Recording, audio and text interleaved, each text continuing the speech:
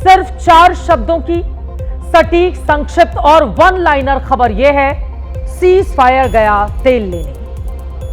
America, Israel और Iran के बीच cease fire को 41 घंटे ही हुए हैं, लेकिन शांति पर एक बार फिर अशांति हावी हो गई। सीज फायर को साइड करके इजराइल ने आज भी लेबनान में हिजबुल्लाह पर ताबड़तोड़ हमले किए। इस पर ईरान ने गुस्से में कहा कि यही सब करना है तो कल इस्लामाबाद में बैठक का कोई मतलब नहीं रह जाता। लेकिन अमेरिका इजराइल की ओर खड़ा हो गया। उसने कह दिया कि 10 शर्तों में यह था कि ईरान पर हमले रोकोगे, ये थोड़े ही कहा था कि हिजबुल्लाह को भी नहीं मारोगे। और इन 3 के बीच फंस चुका है पाकिस्तान। अमेरिका को जो बताया उसका उल्टा ईरान को समझाया। अब ये शहबाज और मुनीर को बताना ही होगा कि उन्होंने ऐसा क्यों किया।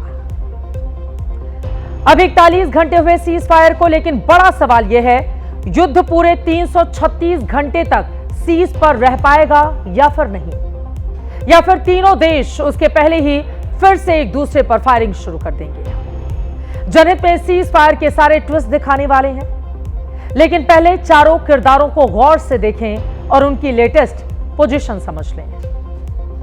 अमेरिकी राष्ट्रपति ट्रंप ने साफ कर दिया है कि सीज फायर सिर्फ ईरान के साथ हुआ है, वो इजराइल को लेबनान पर हमले से नहीं रोक सकते।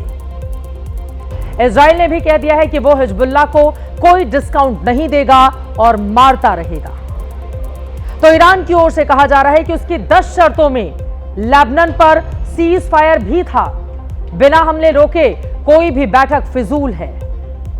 और वहीं पाकिस्तान इस वक्त दुनिया भर में फोन पर फोन घुमाया जा रहा है कि जैसे तैसे इस्लामाबाद में यह बैठक हो जाए। बड़ी मुश्किल से शांति दूत बनने का उसे चांस मिला है।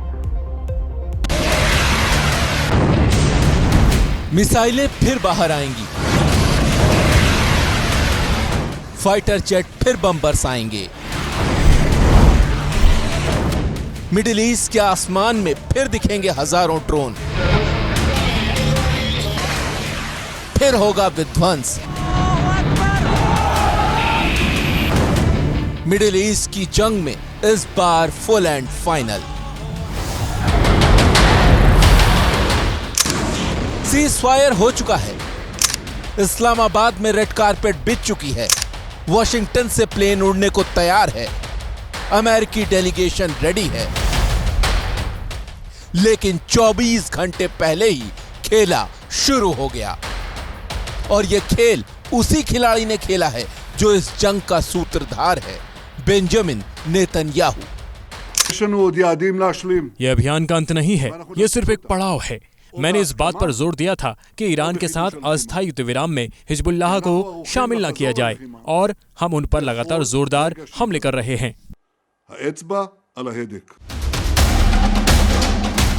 सीज फायर प्रस्ताव में ईरान ने जो 10 शर्तें रखी थी, उसमें एक ये भी थी कि लेबनान समेत सारे मोर्चों पर जंग को रोक दिया जाए। लेकिन इधर सीज फायर हुआ और उधर नेतन्याहू ने चाल चल दी, लेबनान पर सबसे बड़ा हमला कर दिया। इजराइल का दावा है कि हमले में हिजबुल्लाह के चीफ कासिम नईम को मार गिराया है। कासिम नईम के निजी सचिव अली यूसुफ हार्शी की भी मौत हो गई है। हम किसी भी वक्त युद्ध में लौटने के लिए तैयार हैं। हमारी उंगली ट्रिगर पर है।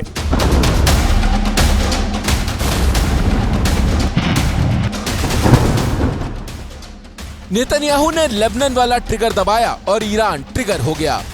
राष्ट्रपति मसूद पेजेश्कियान ने कहा कि अमेरिका इजराइल ने धोखा दिया। उन्होंने कहा कि ईरान अपने लेबनानी भाई बहनों को अकेला नहीं छोड़ेगा।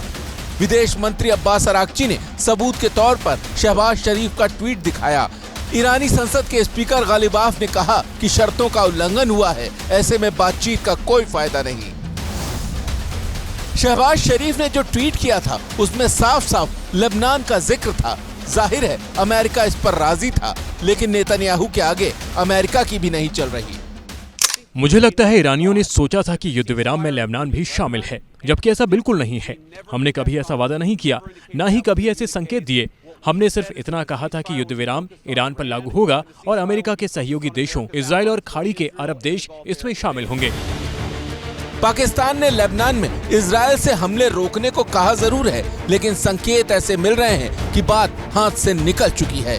पाकिस्तान में ईरान के एम्बेसडर ने ईरान के डेलीगेशन के पाकिस्तान आने का ट्वीट किया और फिर उसे डिलीट कर दिया। इशारा साफ है, लेबनान जलता रहेगा तो इस्लामाबाद में बातचीत की टेबल पर ईरान वाली कुर्सियां खाली रहेंगी।